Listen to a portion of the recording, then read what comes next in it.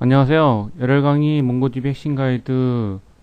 지난번에는 제가 그 전반적인 몽고DB 핵심 가이드를 강의를 하면서 어떻게 하겠다라는 것에 대한 것을 얘기 드렸고요.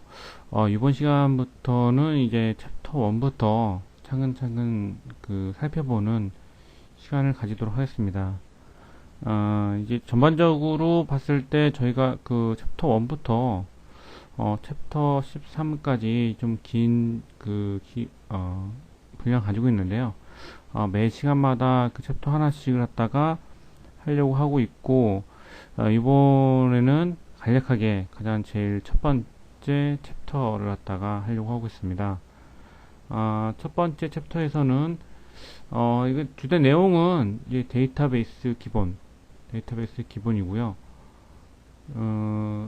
일단 이제 저희가 이번부터 얘기하고자 하는 거는 이제 일단 그 첫 장에서는 데이터베이스에 대한 기본적인 내용을 갖다가 설명을 드리고, 그 다음부터는 이제 NoSQL 관련돼서 하나씩 살펴보는, 그리고 그 다음에는 이제 몽고DB, 아무래도 책 제목이 몽고DB 핵심 가이드니까 그 몽고DB에 관련된 내용을 살펴보는 그런 걸 하려고 하고 있습니다.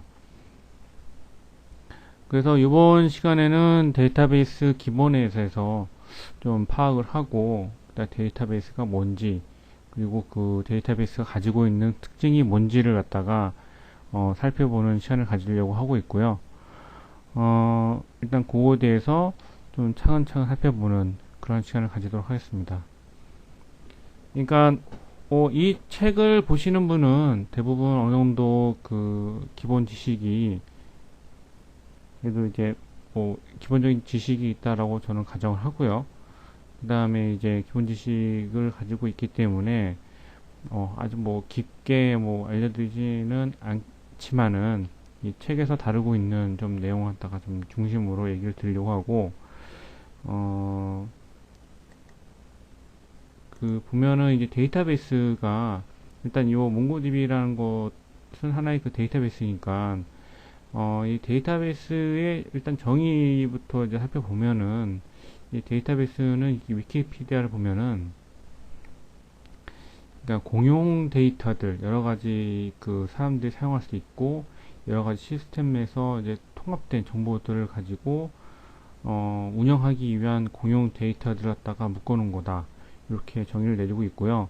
그 다음에 이 공용 데이터라는 게, 일단 앞에 공용이란 말이 들어갔으니까 이거는 한 사람이 사용하는 게 아니겠죠. 그러니까 그래서 이제 여러 사람이 공유하고, 이걸 갖다가 여러 가지 목적으로 사용하기 위해서 이제 통합 관리하는 그런 그 정보들의 집합이다.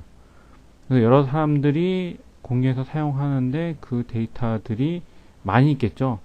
많이 있으니까 그 데이터를 갖다가 이제 여러 가지 용도 사용하려고 하는데, 그러다가 여러 사람이 이제 동시에 사용할 수도 있고, 그 다음에 순차적으로 사용할 수도 있고, 이게 여러 가지 순서를 가지고 사용할 수 있고, 그렇게 되는 건데, 이제 그렇게 하려면은 이제 그렇게 될 때 이제 그 데이터 들었다가 여러 개가 묶여져 있을 텐데, 그거를 어떻게 사용할 수 있느냐.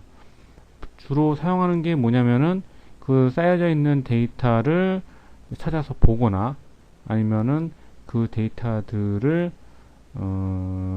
다음 그 어떤 새로운 데이터로 그러니까 그 갱신하는, 그때 이제 사용자가 아무래도 여러 명일 테니까 그 여러 명의 사용자들이 효율적으로 사용할 수 있게끔 하기 위해서 하는 거죠. 그래서 이제, 그리고 이제 데이터가 또 동일한 데이터가 또 여러 군데 또 이렇게 나눠져 있으면은 아무래도 사용하기 힘드니까 그 데이터들을 갖다가 중복을 없애가지고 자료를 구조화하는 거죠. 그래서 이제 저장되는 효율성도, 저장되는 그 저장 매체에 대한 그 저장되는 그 효율성을 갖다가 좀 이게 향상시키는 그런 방법으로 이제 사용한 솔루션입니다. 그래서 이제 데이터베이스는 이게 데이터를 갖다가 이제 그 저장하는데 어떠한 컨테이너라는 어떤 그 방법으로 이제 저장해 놓은 거죠. 그래서 데이터가 삽입도 되고, 그 다음에 그 데이터를 갖다가 다시 갱신도 되고, 그러니까 삽입도 되고,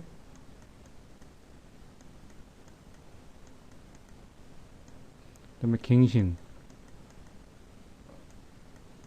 그 다음에 삭제, 이런 것들이 전부 다 될 수 있게끔 하기 위해서 여러 가지 효율적인 방법으로 그게 하는 게 데이터베이스죠. 예, 뭐 물론 대부분의 그 모든 이걸 들으시는 분들이 아실 거라고 제가 생각은 되는데 간단하게 한번 살펴서 한번 지나가 봤습니다. 그래서 이 데이터베이스라는 게 이제 결국은 이제 어떠한 데이터를 갖다가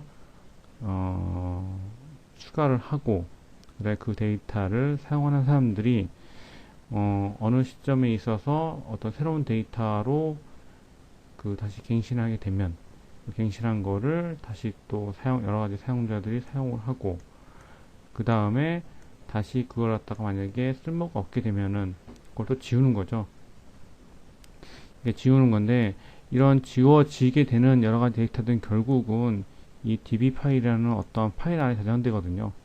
저장되는데 이 저장되기까지 사용자로부터의 어떠한 요청에 의해서 인터페이스를 통해서 SQL 엔진을 처리하고 그 다음에 그 관련돼 가지고 결국은 쭉 해서 이제 어떠한 파일 저장되어 있는 데이터를 꺼내가고 다시 저장하고 이러한 목적을 하기 위해서 만들어진 게 결국 데이터베이스죠.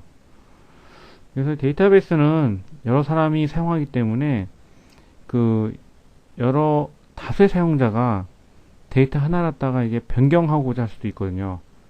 그 얘기는 뭐냐면은 사용자가 A라는 사람이 있고 B라는 사람이 있고 C라는 사람이 있으면은 그 A야 B하고 C가 어떤 사람은 저장을 그러니까 그 데이터를 추가를 했고 B는 그 데이터를 바꾸려고 하고 있고 C는 읽으려고 하고 있고 그 다음에 다시 A가 다시 다른 데이터를 바꾼다.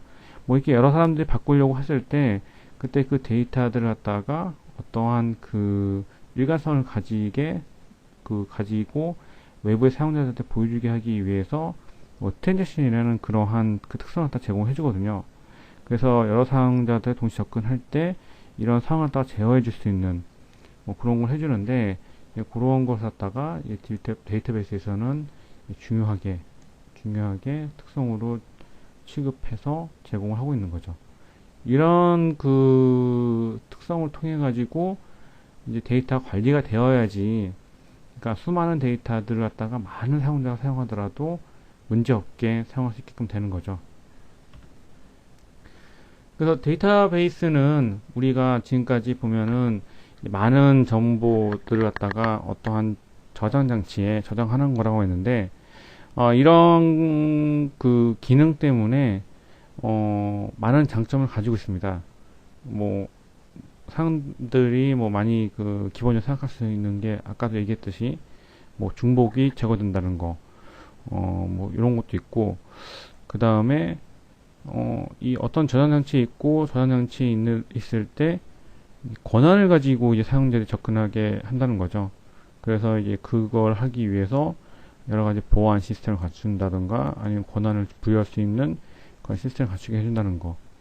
그 다음에 이제 데이터를 저장하고 그걸 갖다가 얻어가기 위해서는 어떤 질이라는 그러한 그 방법을 통해 가지고 데이터를 가져갈 수 있게끔.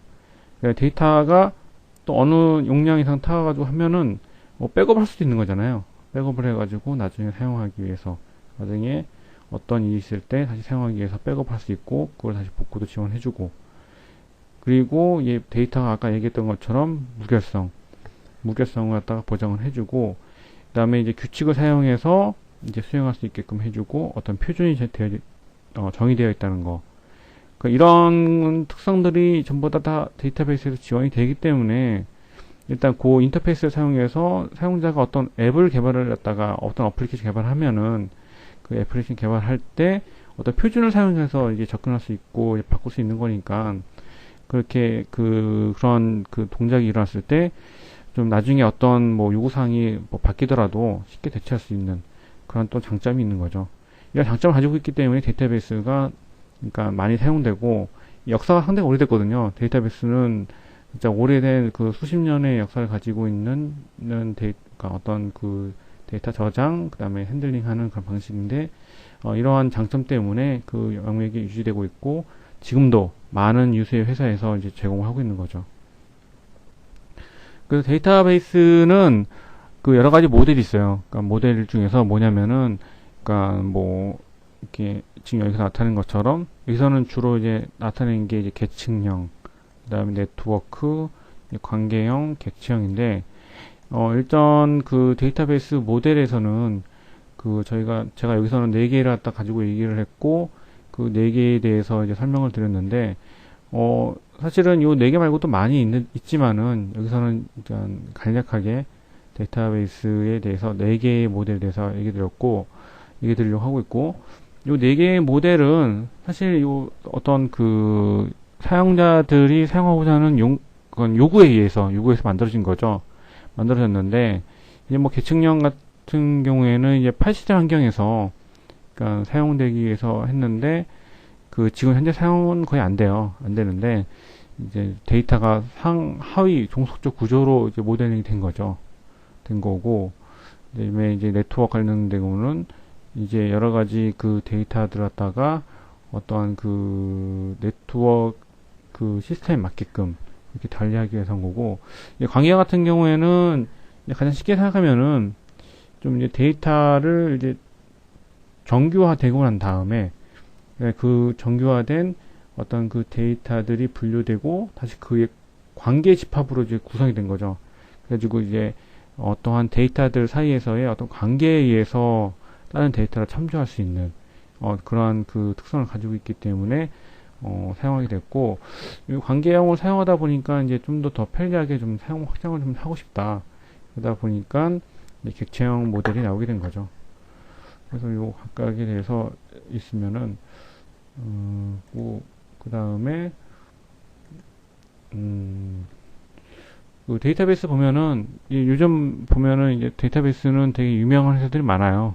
그래서 오라클, 대표적인 게 오라클, 그 다음에 이제 MS, 그 다음에 이제 이러한 그 대표적인 관계형 데이터베이스를 제공하는 회사에서 이제 최근의 추세는 이제 NoSQL이라고, 이제 SQL을 사용하지 않고 좀 더 확장성을 갖다가 가지면서 유용성도 가지는 그런 데이터베이스로 좀 가자라고 해서 그러한 그 빅데이터나 클라우드 시대에 맞게끔 그러한 솔루션을 내고자 하는 동향이 있었고, 그러한 그 방향의 전환에 의해서 최근에는 이제 몽고DB, 요 책의 제목이죠. 몽고DB랑 카산드라, 그 다음에 이제 HBase, 이러한 세 개의 주요 그 솔루션들이 이제 사용되고 있습니다. 그 마이크로소프트 같은 경우에서도 그렇고 오라클도 그렇고 그동안에 많은 그러니까 데이터베이스 솔루션을 냈는데, 데이터베이스 솔루션을 갖다가 냈고, 이제 가장 최근에 뭐 오라클에서는 12C 해가지고 뭐 빅데이터나 클라우드를 위한 적합한 데이터 솔루션, 데이터베이스 솔루션, 마이크로소프트도 SQL 서버 2014 해가지고 애저랑 같이 쓸 수 있는 그러한 이런 제품들을 내고 있는데요. 이런 회사들 전부 다 옛날부터 데이터베이스를 갖다 솔루션을 갖다 많이 냈었고, 사실 그 강력한 솔루션을 갖다가 지배력을 가지고 있는 회사들이죠. 회사들인데, 이런 거가 사용됨에도 불구하고, 이게 뭐냐면은 이제 그러니까 데이터가 이제 뭐 스마트폰도 있고, 뭐 태블릿, 그 다음에 그 기기들을 가지고 사람들이 SNS도 하고 계속 데이터를 옛날에는 소비만 했는데 요즘엔 생산을 많이 하거든요. 생산을 많이 하다 보니까 그 생산된 데이터들을 전부 다 관리하는데도 엄청난 노력이 드는 거죠. 그리고 그 데이터들 수많은 데이터들을 관리하기 위해서 어떠한 저장 장치의 뭐 확장도 필요하고, 그 다음에 그 데이터를 관리하는 방법도 확장이 필요하고, 그 다음에 그걸 갖다가 다루는데도 유연성이 필요한 건데, 이런 거 하다 보니까 그런 요소들이 좀 리퀘어먼트로 이제 도출이 됐고, 그 리퀘어먼트를 해결하기 위해서 데이터베이스를 갖다 연구하는 많은 사람들이 이제 어떻게 하면 더 좋아질까 해가지고 하다 보니까 이제 NoSQL이라는 게 나오게 된 거죠. 그래가지고 이 NoSQL을 하면서 이제 많은 그 데이터를 갖다가 핸들링하는 그런 기법들이 많은 발전을 이루게 됐습니다.